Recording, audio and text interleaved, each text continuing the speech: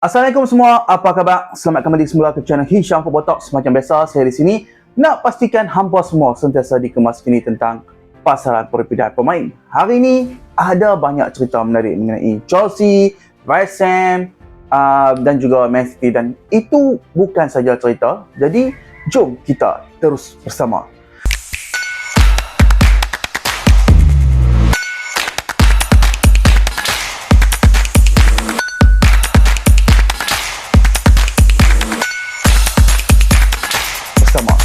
Selamat tahun baru sekali lagi 2026. Saya nak ingatkan juga video-video di channel ini akan tunjukkan banyak macam mana tahun ini berbeza.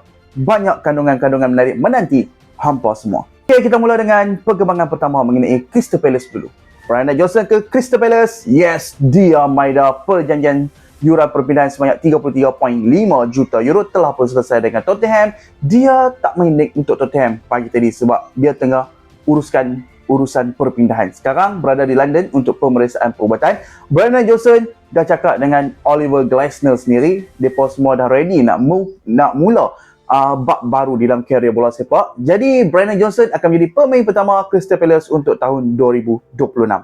Selain pada Crystal Palace, West Ham United pun duk tengah sibuk. Sebab apa? Semalam mereka dah sahkan perjanjian untuk mendapatkan Pablo, penyerang tengah dari Gil Vicente bernilai 23 juta euro, dan sekarang mereka telah pun mencapai persetujuan secara prinsip untuk Tati Castellanos, penyerang Argentina dari Lazio, 29 juta. Jadi Castellanos dan Pablo akan menyertai West Ham. Nampak gaya macam jendela perpindahan musim sejuk ni bakal menjadi faktor yang sangat gila untuk West Ham pada kali ini.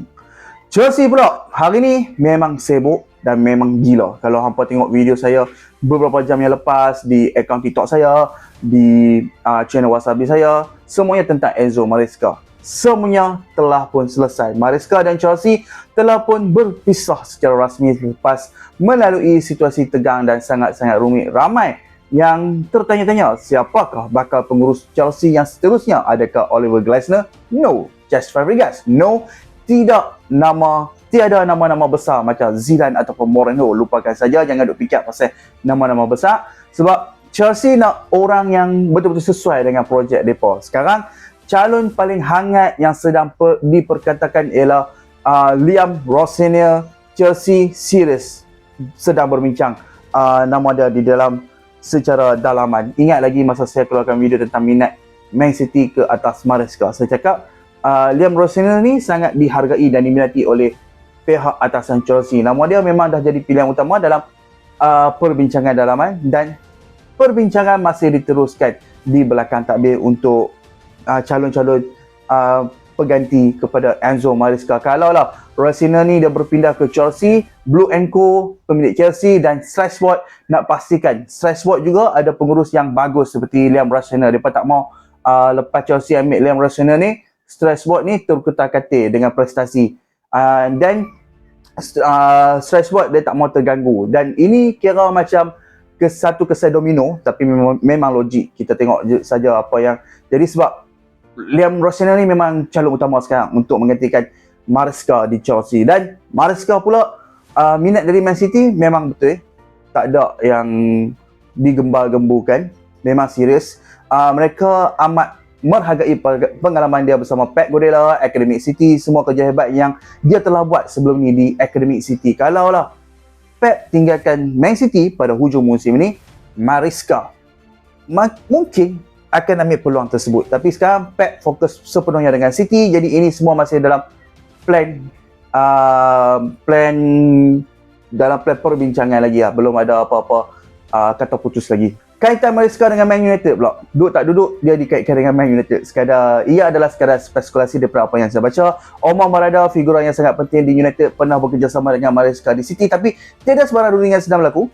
Buat masa ini, satu-satunya kelab berminat untuk masa depan Maresca ialah Man City. Hanya Man City. United tetap sokong rubah murid. Kisah Maresca menunjukkan bahawa pasaran pengurus boleh berubah dengan sangat cepat dalam tempoh beberapa hari ataupun minggu sahaja.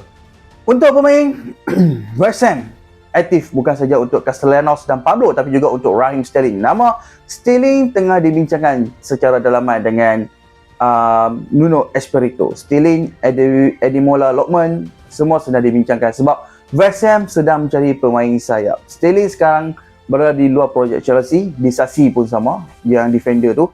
Semua bergantung. Semua bergantung keputusan pemain sendiri nak pergi ataupun tak. Dan Chelsea nak selesaikan isu ini sebab dua nama besar ini bukan mudah untuk semua pihak. Sebab mereka nak uruskan, mereka nak jualkan pemain bernama besar daripada Chelsea yang tidak mendapat peluang bermain. Dan jadi semua, saya nak tahu pendapat hampa semua. Leon Rosenior sebagai pengurus Chelsea, okey atau tidak. Robert Amorim, Raheem Sterling, Tati Castellanos dan Brandon Johnson semua ni, apa semua pandangan hampa? Hampa drop komen hampa di bawah video ini. Jangan lupa like, tekan lonceng notifikasi dan subscribe channel ini. Dan jumpa lagi setiap hari untuk update-update terbaru. Terima kasih sebab sokong channel ini. Assalamualaikum. Bye.